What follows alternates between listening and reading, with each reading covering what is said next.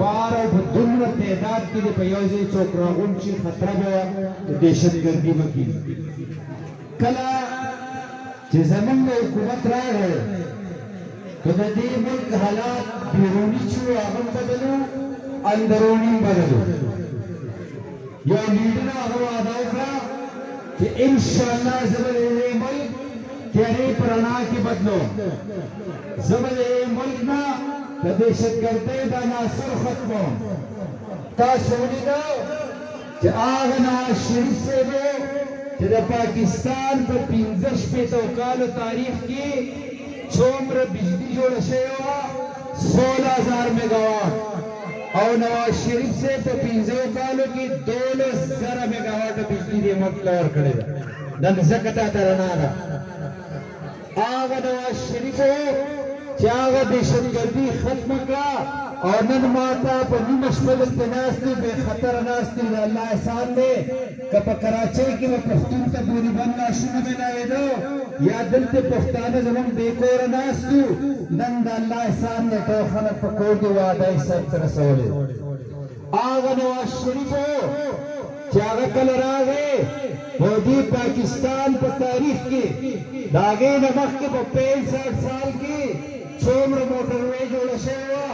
نواز شریف صاحب په 15 کالو کې 2000 کیلومیټره موټروې دې ملک ته ورکړې. 2000 کیلومیټره نواز شریف صاحب په 15 کالو کې 6000 کیلومیټره هایوې دې ملک ته ورکړې ده.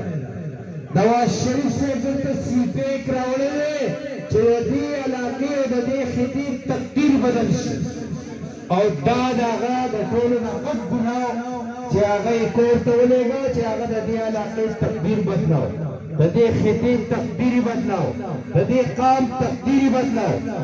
د هغه په مقابله کې بل یو سړی راغی چې کوم ته د دروغو فکټري ویلې کېږي. د چا نوم چې عمران خان دی، یو پلیت یو بیکاره یو نالایق انسان راغی او هغه د خلکو ته په دروغو شروع شو. د یو سازش تحت هغه راغی او سازش تحت ځکه راغی چې دا خطه ولې مخکې ځي، دا ملک ولې مخکې ځي، او دا ملک واحد اټومي طاقت دی په مسلمانانو کې چې دا موږ دومره مفلوج کړو چې دوی سره یې ډمبمې خو چېرته جوړی نه شي.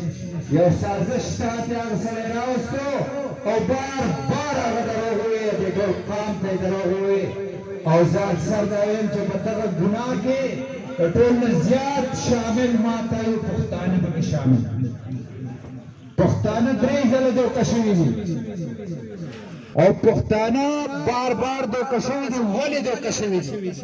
باندې خلک سوال کوي په دې اسمبلۍ کې، د پنجاب خلک باندې سوال کوي، د سند خلک باندې سوال کوي، د بلوچستان خلک چې پښتانه ولې بار بار دوکه کېږي.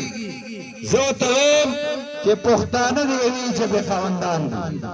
پښتنو ته یې څوک خبره کوي هغه په یقین کوي، هغو ته دا پته نشته چې دا د دروغو فکریانې او ټوټلې موږ ته دروغ ویل دي. هغو ته دا پته نشته چې یو سړی ځان ته مشر وي، لیډر وي، نو هغه چې چا ته مخامخ کېږي خبره کوي رښتیا به وي.